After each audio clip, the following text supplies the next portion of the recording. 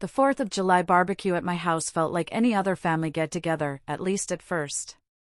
Maybe it was the way Emily kept shooting quick glances at my parents, or how Jason, her fiancé, suddenly became fascinated by every shrub in my backyard with an intensity usually reserved for property appraisals. But I was just busy at the grill, flipping burgers for what I thought was a typical holiday. My dog, Gus, a golden retriever mix I'd rescued after buying this place, was sprawled under the patio table, lifting his head hopefully whenever someone dropped a crumb. He'd been my constant companion for 3 years, ever since I finally bought this house, a purchase that took years of careful saving, strategic career moves, and more sacrifices than anyone in my family seemed to remember or care about. "This is such a beautiful property," Jason said, appearing beside me at the grill. His voice held a strange undertone I couldn't quite place. "Must be worth quite a bit now, with how the market's been." I offered a polite smile, concentrating on not burning the chicken. "I got lucky with the timing." He chuckled, but it sounded hollow. "Right. Lucky." Emily joined us then, one hand resting on her 5-month baby bump. Mom hadn't stopped talking about becoming a grandmother since the announcement back in March. Every single conversation somehow looped back to Emily's pregnancy, her future, the life she was building. "When are we eating?" Dad called from his lawn chair, beer in hand. "I'm starving over here." The meal itself passed normally enough. Talk of work, the neighborhood, Jason's promotion at his marketing firm. Mom spent 20 minutes describing nursery plans in excessive detail. Emily beamed through it all, soaking up the attention like she always did. Then came dessert. Mom stood up, tapping her glass with a fork. The metallic clinking silenced the table. "We have an announcement to make." My stomach tightened. Something in her expression, the way Dad straightened in his chair, set off alarm bells. "Your father and I have been discussing Emily and Jason's situation," Mom continued. "With the baby coming, they need more space. Their apartment is just too small for a growing family." Here it comes, I thought. They're going to ask if Emily can crash in my guest room temporarily. I'd already mentally prepared my refusal, the careful explanation about boundaries and personal space. What came next shattered every assumption. "So, we've decided," Dad announced, his voice carrying the finality of a judge's gavel, "that you'll be transferring the house to your sister. She needs it more than you do." The words hung in the warm summer air like smoke. I stared at him, certain I'd misheard. "Excuse me?" "The house," Mom said, as if explaining to a child. "You'll sign it over to Emily and Jason. They're starting a family. They need the room, the yard, the stability." My laugh came out sharp and disbelieving. "You're joking." "We're completely serious," Emily said. Her voice had a nervous edge, but underneath was something else. Entitlement, maybe. Expectation. "Jason and I have been looking at houses, but everything's so expensive. You already have this one, and it's perfect for us." "Perfect for you?" I repeated the words slowly, trying to process the audacity. "This house that I bought, that I spent 6 years saving for, that I pay the mortgage on every single month." "Don't be dramatic," Mom chided. "Family helps family. Your sister is a real woman now. She's got a husband, a baby, and a future. You've got, what? The dog?" The laughter that erupted around the table felt like physical blows. Uncle Mike nearly choked on his beer. Aunt Lisa wiped tears from her eyes. Even Jason chuckled, though he had the decency to look slightly uncomfortable. Gus lifted his head at the noise, sensing the tension. I reached down, my fingers finding the soft fur behind his ears. The simple action grounded me, kept me from screaming. "A dog," I said quietly. "Yes, I have a dog." "Exactly." Dad jumped in, encouraged by the laughter.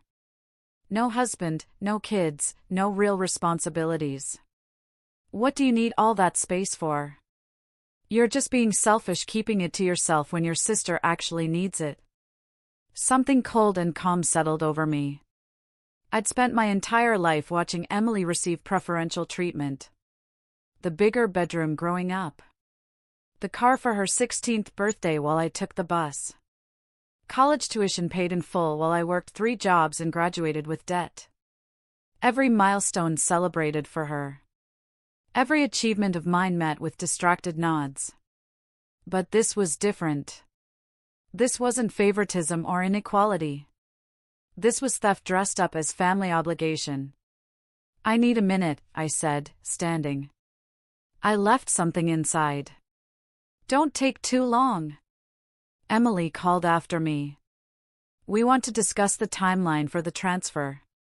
I walked into my house, my sanctuary, the space I'd built from nothing.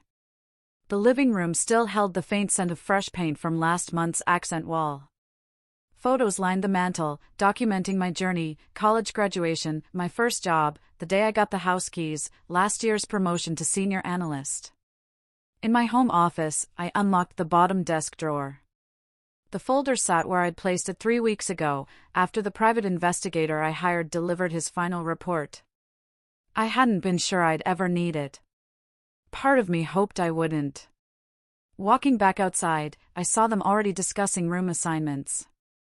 Emily wanted to convert my office into the nursery. Jason was eyeing the garage for a workshop. Mom was suggesting they keep me on as a renter in the basement. My basement isn't finished, I said, settling back into my chair, but I appreciate your concern for my housing situation. So, you'll do it? Emily's face lit up. You'll transfer the deed? I placed the folder on the table. I want to make sure I understand this correctly. You want my house because you're pregnant and married. Those are the qualifications that matter here. Pregnancy and marriage. And family. Mom added firmly. We're family. That should be enough. Family? I echoed. Right. So, family loyalty is important to everyone here. Heads nodded around the table. Gus whined softly, pressing against my leg. Then I should probably tell you all something. I opened the folder, removing the first page. About 6 months ago, I started noticing some things. Little inconsistencies. Emily, you mentioned feeling sick one morning. Said it had been happening for weeks.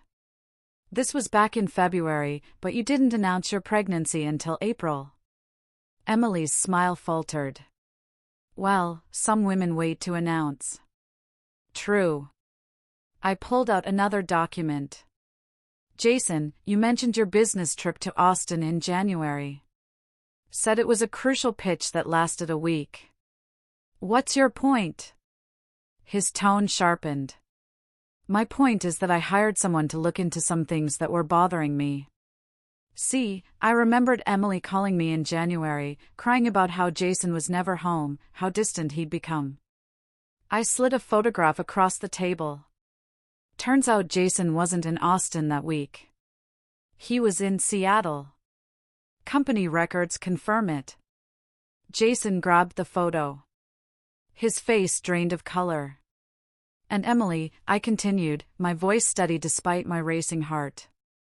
You weren't at the spa retreat you told everyone about. You were also in Seattle. Same hotel, actually. Different room, but the same floor. How dare you spy on us? Emily's voice cracked. You had no right. I had every right to protect myself, I shot back. Something felt wrong, so I investigated. And what I found was fascinating. You weren't in Seattle together, though. Jason was there with his coworkers. You were there with someone else. A man named Ryan Miller. The name dropped like a bomb. Emily's hands started shaking. Jason stared at her, confusion morphing into something darker. Who the hell is Ryan Miller? He demanded. Tell him, I said to Emily. Or I will. She looked at Mom and Dad, panic clear in her eyes. They looked equally stunned, their confident expressions crumbling. "He's no one," Emily whispered. "Just someone from college." We ran into each other, had drinks, caught up for 3 days. I pulled out hotel records, room service for 2. These receipts paint a different picture than catching up. "You're lying." Mom's chair scraped against the deck. "Emily wouldn't do that." "She did." I removed the DNA test results, holding them up. Which brings us to the real question. "Jason, when exactly did you and Emily start trying for a baby?" "Late December," he said mechanically, still staring at his wife. "We decided right after Christmas." "December," I repeated. "And Emily announced the pregnancy in March." "Let's do the math. She's 5 months along now in July. That means conception happened around early February.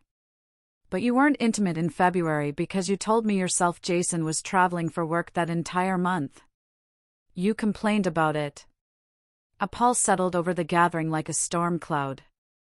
Jason stood slowly, the photo crumbling in his fist. "I hired a private investigator in January," I continued. "After Emily called me crying about Jason being distant and never home. Something about that conversation felt wrong. The investigator discovered that while Jason was legitimately in Seattle for work in January, Emily was also there, same city, different hotel, with a man named Ryan Miller. They spent 4 days together." Emily made a sound somewhere between a sob and a gasp. Jason stepped back from the table, his face a mask of betrayal and rage. "Ryan Miller," I said, watching the name land like a bomb. Someone Emily knew from college. Someone she'd reconnected with last summer and had been seeing for nearly 8 months. The investigator documented multiple meetings between November and February.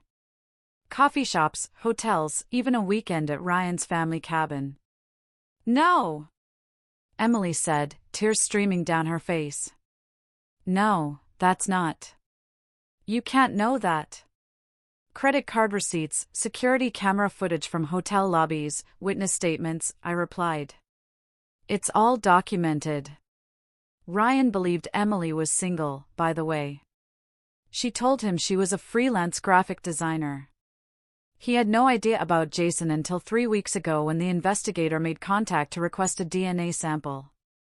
Jason staggered slightly. "DNA sample?" "Ryan provided one willingly," I confirmed. Once he understood the situation, once he realized Emily had lied to him too, he cooperated fully. He wanted to know the truth as much as anyone. I pulled out the actual test results. This is a prenatal paternity test. Non-invasive, done using fetal DNA from Emily's bloodstream. It requires 3 samples, the mother's blood, the alleged father's DNA, and the biological father's DNA for comparison. I collected Emily's sample from a water glass she left here. "Jason, you used my bathroom last month and borrowed a toothbrush." And Ryan provided his sample through the investigator. Silence stretched across the backyard. Even the birds seemed to have stopped singing. Uncle Mike shifted uncomfortably in his chair. Aunt Lisa's mouth hung open, her fork suspended halfway to her plate. The potato salad she brought sat forgotten, congealing in the summer heat. "This is insane," Emily finally managed, her voice barely above a whisper. "You can't just accuse me of something like this in front of everyone." "Accuse?" I raised an eyebrow. "I'm not accusing. I'm presenting facts backed by scientific evidence." "There's a difference." Jason still hadn't moved. His knuckles were white where he gripped the edge of the table. "When," he said slowly, each word deliberate. "Did you collect these samples?" "Over the past month," I replied. "Emily left a water glass at my place after dinner 3 weeks ago." "Jason, you used my bathroom and borrowed a toothbrush 2 weeks ago." "Both samples were clean, uncontaminated." Ryan's sample was collected by the investigator with his full consent and understanding of why it was needed. That's an invasion of privacy. Dad thundered, finally finding his voice. You can't just take people's DNA without permission. Actually, collection from discarded items in my own home is legal, I corrected him calmly. I consulted with a lawyer before proceeding. The test itself was conducted by a certified laboratory. Everything was done properly and legally. Ryan signed consent forms. The results are conclusive. Mom's face had gone pale. Even if this is true, airing your sister's private business like this is cruel. You could have come to us privately. Privately? I let out a bitter laugh. Like how you all privately decided to take my house. Like how you privately planned this ambush during what I thought was a family gathering. You wanted a public declaration of my obligations. I'm giving you a public revelation of the truth you were all willing to ignore. Emily was crying harder now, her shoulders shaking. It was supposed to be simple, she sobbed. Nobody was supposed to get hurt. I really thought, you thought you could get away with it, I finished for her. You thought Jason would never question paternity. You thought Ryan would stay in Seattle and never know. You thought you could build an entire life on deception and nobody would ever check the foundation. People make mistakes, Mom pleaded, reaching for Emily's hand. She's young. She was confused. Relationships are complicated. Don't minimize this. I cut her off sharply. This isn't leaving the toilet seat up or forgetting an anniversary.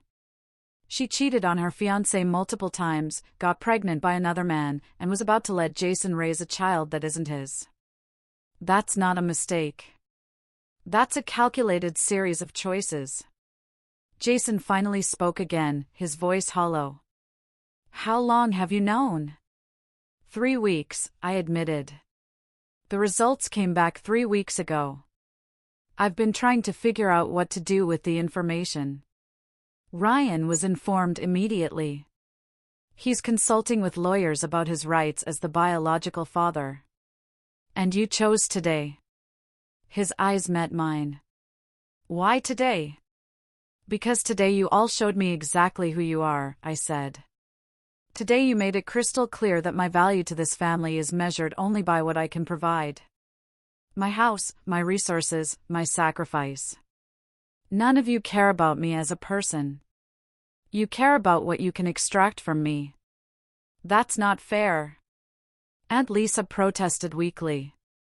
We care about you. Do you?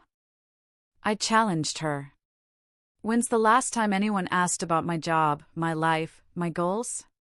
When's the last time anyone celebrated something I accomplished without immediately comparing it to Emily or suggesting how it could benefit her? The silence that followed answered my question more effectively than words could have. Exactly, I continued. I'm invisible until you need something. I'm selfish until I'm useful.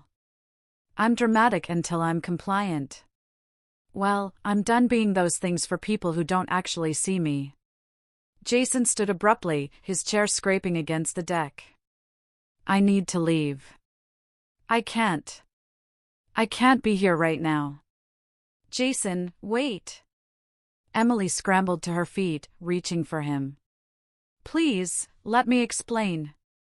Explain what? He jerked away from her touch. Explain how you slept with someone else? Explain how you lied to me for months? Explain how you were going to let me raise another man's child without ever telling me the truth? I didn't know for sure, she cried desperately. I wasn't certain until when, he demanded. Until my sister-in-law had to order a DNA test because something felt wrong to her? Until someone outside our relationship cared more about honesty than you did? The words hit like hammers. Emily flinched with each one, tears streaming down her face. I love you, she whispered. I made a terrible mistake, but I love you. Doesn't that count for something? Jason's laugh was harsh and broken. Love? You don't betray people you love. You don't lie to them. You don't trap them into raising another man's baby. He looked at me. Thank you for telling me. I wish you'd told me sooner, but I understand why you didn't. This must have been impossible for you. It was, I admitted quietly. You're a good person, Jason. You deserve better than this. He nodded once, then walked away.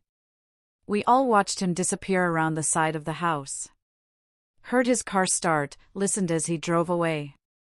The sound of his departure felt final, like a door slamming shut on everything Emily had tried to build. Look what you've done, Dad said, his voice tight with anger. You've destroyed your sister's marriage. You've torn this family apart. Are you happy now? I destroyed nothing, I replied firmly. Emily destroyed her own marriage when she cheated. You all tried to tear my life apart when you demanded my house. I simply refused to let it happen. We're your family. Mom's voice cracked. You're supposed to protect us, support us, help us through difficult times. Protect you from what? I asked incredulously. From the consequences of your own actions? From the truth? That's not protection, Mom. That's enabling. That's being complicit in harming innocent people. Uncle Mike stood up, hands raised in a peacekeeping gesture. Maybe we all need to calm down and think about this rationally. Emotions are running high. Sit down, Mike, I said tiredly. There's nothing to mediate here. The facts are the facts. Emily cheated. The baby isn't Jason's. You all tried to manipulate me into giving up my house. Those things happened. No amount of calming down changes reality. But family is supposed to stick together, he insisted. Through thick and thin, through mistakes and problems. That's what family means. Family is supposed to be built on honesty and respect, I countered. Not manipulation and exploitation. Not lies and betrayal. You can't demand loyalty while showing none in return. Emily had collapsed back into her chair, her face buried in her hands. Her whole body shook with sobs. Mom hovered over her, stroking her hair, shooting me venomous looks. She's pregnant and fragile, Mom hissed. This stress isn't good for the baby. Then maybe she should have thought about that before building her life on lies, I responded. Actions have consequences. The baby's father is Ryan Miller. He has a right to know. Jason had a right to know. I had a right not to be manipulated into funding a life based on deception. Dad's face had turned an alarming shade of red. You're being sanctimonious and cruel. Nobody's perfect. Everyone makes mistakes. But exposing those mistakes publicly, hurting people deliberately, that's vindictive. Vindictive would have been staying silent, I corrected him. Letting Jason raise another man's child in ignorance. Letting Ryan never know he has a son or daughter. Letting Emily continue lying to everyone. That would have been cruel. The truth hurts, but it's still better than living in deception. Easy for you to say, Emily lifted her head. Mascara streaked across her cheeks. You've never made a serious mistake. You've never done anything wrong. You're perfect, right? Saint whatever your name is with your perfect house and perfect job and perfect life. I've made plenty of mistakes, I said quietly. The difference is I own them. I don't lie about them. I don't try to make other people pay for them. And I certainly don't demand that others sacrifice their lives to cover up my poor choices. This is about the house, she spat suddenly, anger breaking through her tears. You're doing this because we asked for the house. You're so petty and selfish that you'd rather destroy my entire life than give up some property. The accusation was so absurd, I almost laughed. You think I orchestrated your affair? You think I somehow made you cheat on Jason and get pregnant by another man? Emily, I found out about your actions. I didn't create them. But you're using them against me, she shouted. You could have kept quiet. You could have let me figure things out on my own. But no, you had to play detective and ruin everything. Figure things out on your own? I repeated slowly. You mean continue lying to your husband? Continue planning to take my house? Continue building your future on fraud? That's what you wanted to figure out? She had no response to that. Her mouth opened and closed, but no words emerged. Aunt Lisa gathered her purse, clearly desperate to escape the carnage. I think I should go. This is too much family drama for me. Stay, Mom commanded. We need to present a united front here. United front? Aunt Lisa looked at her sister incredulously. United in what? Defending lying and cheating? Demanding someone give up their home? I'm sorry, but I can't support this.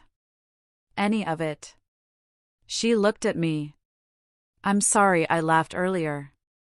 You didn't deserve that. Your house is yours, and nobody should try to take it from you.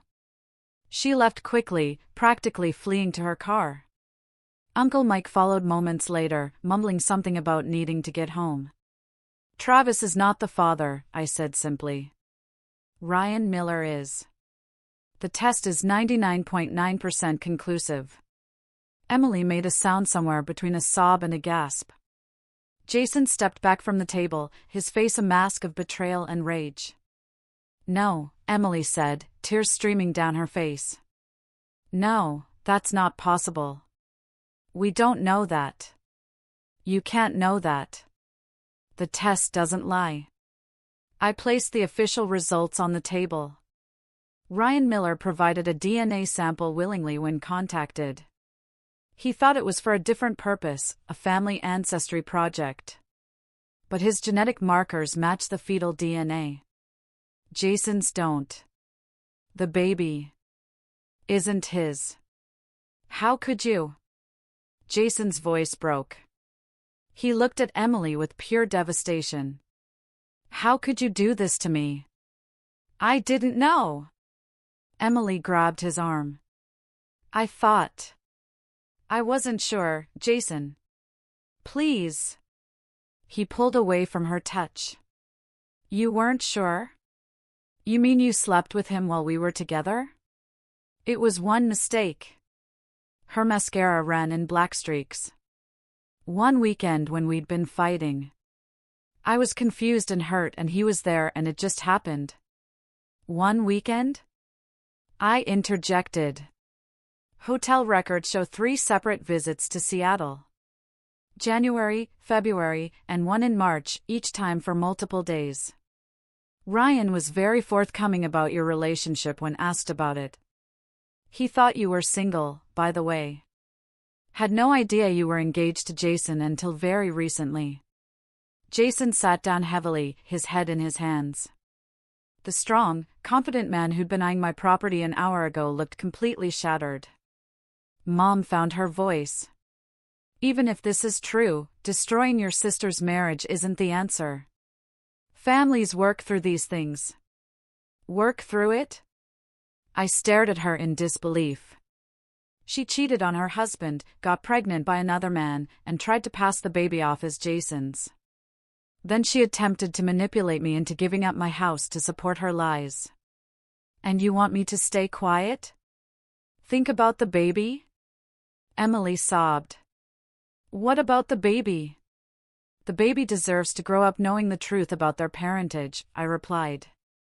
And Ryan Miller deserves to know he's going to be a father. I already sent him a message, by the way. He's consulting with lawyers about paternity rights. Jason lifted his head. You told him? I told him the truth, I confirmed. Something nobody else here seems interested in doing. Dad finally spoke, his voice heavy. What do you want, to tear this family apart? I said slowly, clearly, for everyone to understand something fundamental. This house is mine. I earned it. I paid for it. No amount of pregnancy or marriage entitles anyone else to take it from me. And when you all laughed at me, when you reduced my life to just a dog, you showed exactly how little you value anything I've accomplished. We were joking. Aunt Lisa protested weakly. Were you? I looked around the table. Because it seemed pretty serious when you started discussing room assignments and transfer timelines. It seemed very real when you told me I was being selfish for not handing over my property. Your sister needed help, Mom said, but her voice lacked its earlier conviction. My sister needed honesty, I corrected. From herself, from Jason, from all of you. Instead, she built her future on lies and expected me to pay for the foundation. Emily was crying openly now, hiccuping sobs that shook her whole body. Jason hadn't looked at her since the revelation. The rest of the family sat in stunned silence. The festive barbecue had transformed into a funeral for their expectations. I think you should all leave now, I said calmly. This is my house, my property, my space, and none of you are welcome here anymore. You can't be serious. Uncle Mike protested. Over one mistake, one mistake. I gathered the documents back into the folder. Let me be clear about what happened here today. You all conspired to pressure me into giving up something I worked for because you decided Emily deserved it more. You laughed at my accomplishments. You dismissed my life. You tried to manipulate me through family obligation while ignoring your own responsibilities to honesty and respect. I stood, Gus rising with me. The one mistake wasn't Emily's affair. The mistake was thinking any of you had the right to determine what I do with my life and my property. The mistake was assuming I'd be too weak or too desperate for approval to stand up for myself. Where will Emily go? Mom asked, tears in her eyes. Her apartment is too small. That's between Emily, Jason, and Ryan Miller to figure out, I said, heading toward my back door.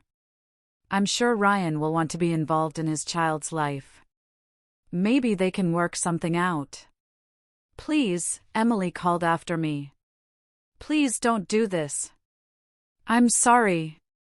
I made mistakes, but I'm still your sister. I paused at the threshold of my home. You're right.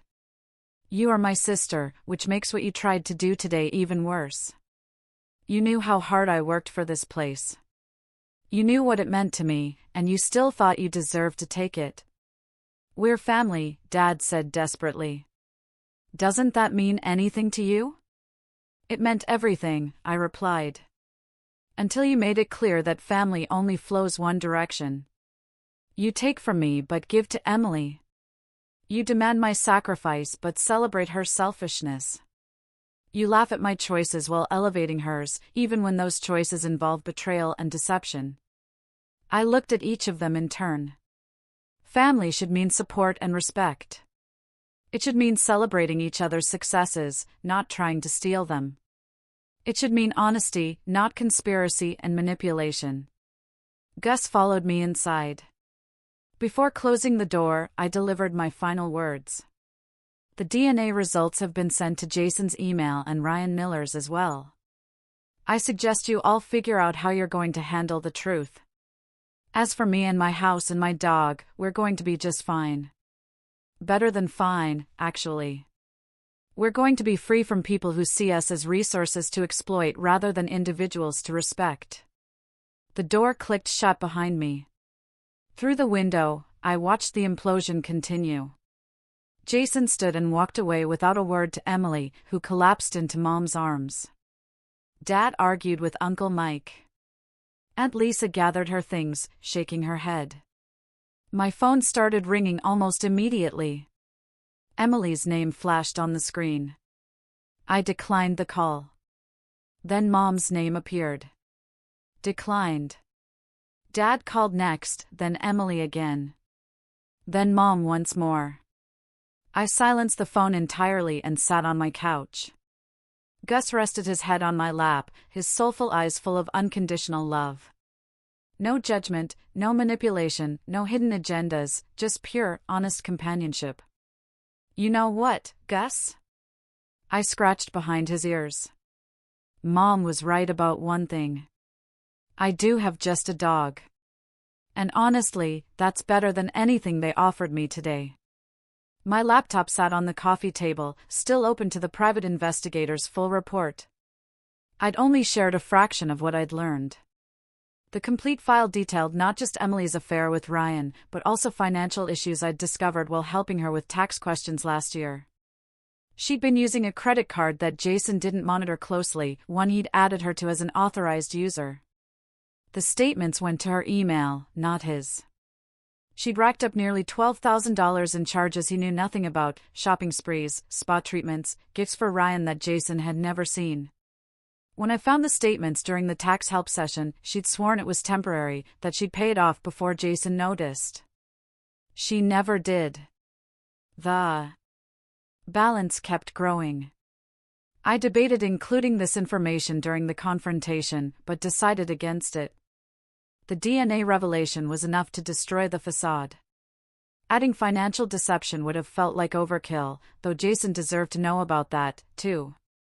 I made a mental note to send him the relevant documents privately. The full scope of Emily's deception was staggering. According to the investigator's timeline, she'd been seeing Ryan for nearly 8 months before getting engaged to Jason. The Seattle trip in January was just the most documented encounter. They'd met in coffee shops, hotels an hour outside town, even spent a weekend at Ryan's family cabin in February. Ryan, for his part, genuinely believed Emily was single. She told him she was a freelance graphic designer traveling frequently for work. He had no idea about Jason until the investigator made contact. His reaction, according to the report, had been shocked, followed by horror. He'd immediately cut off contact with Emily, provided his DNA sample willingly once he understood why it was needed, and started documenting everything for potential legal purposes. The doorbell rang, jarring me from my thoughts. Gus lifted his head, ears perked. I approached the door cautiously, half expecting another family member ready to continue the argument. Through the peephole, I saw Jason standing on my porch, hands in his pockets, looking utterly defeated. I opened the door. "Are you okay?" "No," he said simply. "Can I come in?" I stepped aside, letting him enter. Gus approached him carefully, sensing his distress. Jason knelt down, burying his face in Gus's fur. The dog stood perfectly still, offering the comfort only animals seem to understand how to give. "I need to know everything," Jason said after a long moment. "Not just what you told everyone today. Everything you found out." We sat at my kitchen table, the investigator's report spread between us. I walked him through every detail, every timeline, every piece of evidence. He listened in silence, his face growing harder with each revelation. "The credit card," he whispered when I reached that section. "I noticed some charges last month that seemed high. She said she'd been treating herself, that she deserved it after all the stress. I didn't push because I didn't want to seem controlling." "I'm sorry," I said quietly. "I know this is overwhelming." "Overwhelming doesn't begin to cover it." He ran his hands through his hair. "I thought we had problems, sure, every couple does, but I thought we were working through them. I thought we were building something real." "You were," I offered. "She just wasn't building the same thing." He looked at me, eyes red-rimmed. "How long have you suspected something was wrong?" I thought back carefully. "Since January. Emily called me crying about how distant you'd become. How you were never home. But I knew you'd been traveling for legitimate work." Something about her story didn't add up, so I started paying closer attention. Little inconsistencies. Her being unavailable when she said she'd be free. Expenses that didn't match her explanations. Then she mentioned feeling exhausted and nauseous in late February. And I knew something was seriously wrong because you two weren't even trying for a baby yet. "Why didn't you tell me sooner?" The question I'd been dreading. "Because I wasn't sure at first," I admitted. I had suspicions, but suspicions aren't facts. I needed proof before I destroyed someone's life. The investigator took time to build a solid case.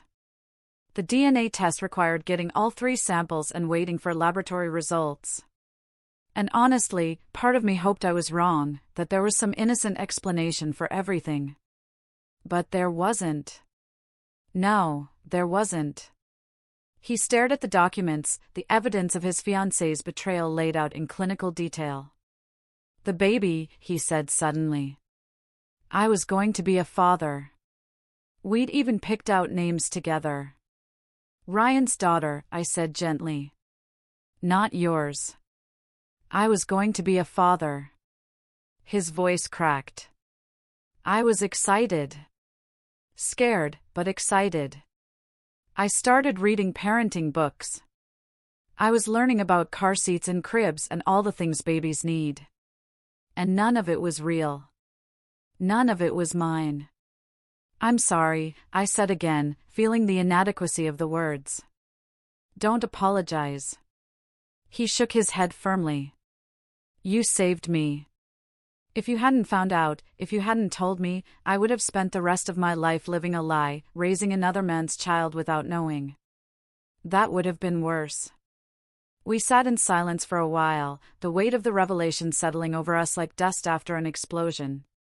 Your parents, he said eventually, the house thing. What was that really about? I sighed. Control. I think they've always used financial manipulation to keep family in line. They paid for Emily's college, so she owed them. They helped with her car, so she owed them. They wanted me to give her the house, so she'd owe them even more. And you? I never took their money, I explained. I worked for everything I have, which means they don't have leverage over me. That makes them uncomfortable. So, they try to create leverage by guilting you into giving away your property. Exactly. He leaned back in his chair, processing. Your family is messed up. I'm aware. What are you going to do now? Live my life, I said simply, without them in it, without the drama and manipulation and constant demands. Just me and Gus and the space I've created for myself. That sounds peaceful. It does, doesn't it? He stood to leave, gathering the copies of documents I'd given him. Can I ask you something? Of course. Do you regret telling everyone today, blowing up your family like that? I considered the question carefully. No, I finally answered. I regret that it was necessary. I regret that people I loved turned out to be people I couldn't trust, but I don't regret standing up for myself. I don't regret refusing to be their doormat. And I don't regret giving you the truth, even though it hurt. He nodded slowly. Thank you for everything. For caring enough about honesty to do the hard thing. After he left, I returned to the couch. Gus resumed his position with his head on my lap. The house felt quieter than usual, but not in a bad way.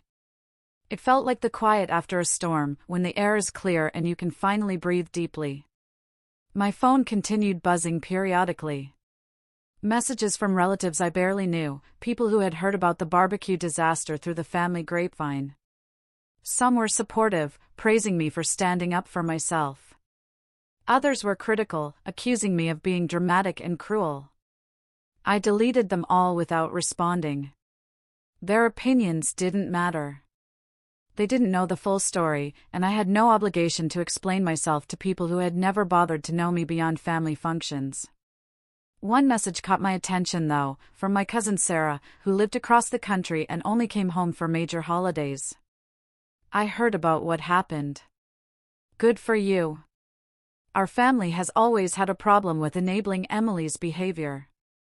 Someone needed to draw a line. Sorry it had to be you, but I'm proud of you for doing it. I saved that message. It was nice to know at least one person understood. The next few days brought a tsunami of messages. Emily left voicemails begging for forgiveness, claiming she hadn't known about the paternity issue, insisting she truly believed Jason was the father. Mom sent long texts about family loyalty and forgiveness. Dad tried the stern approach, ordering me to reconsider my dramatic overreaction. I ignored them all. Jason surprisingly reached out with a brief message, "Thank you for telling me. I wish it had been sooner, but I understand why you waited. I filed for divorce. If you ever want to talk, I'm here." Ryan Miller also contacted me. Confused but grateful for the information, he asked if we could meet to discuss the situation. I declined but provided him with Emily's contact information and suggested he speak with a family lawyer. Uncle Mike showed up at my door once, attempting to mediate. I listened politely to his speech about family bonds and second chances, then quietly closed the door without response. He didn't return. The real aftermath came slowly, in pieces. Through mutual friends, I learned that Jason had indeed filed for divorce, citing adultery. Emily moved back in with our parents, her apartment too painful a reminder of her destroyed marriage. Ryan Miller hired an attorney and initiated proceedings to establish paternity and custody rights. Mom tried showing up unannounced several times. I didn't answer the door. After the third attempt, I sent a single text, "I need space. Please respect that." 3 months passed before I heard from Emily again. This time, she didn't call or text. She sent a letter, handwritten on pale blue stationery. "I don't expect forgiveness," it read. "I don't even deserve a response. But I need you to know that you were right about everything. I was selfish. I was dishonest. I built my life on lies and expected you to support the structure without question. The worst part is I knew what I was doing. I knew that baby wasn't Jason's. I just hoped I could make everyone believe it was, including myself." The letter continued for 3 pages. Confessions, apologies, acknowledgments of years of favoritism and manipulation. She detailed how Mom and Dad had orchestrated the barbecue announcement, how they coached her and Jason on what to say, how certain they'd been that I would cave under family pressure. "You always did before," she wrote.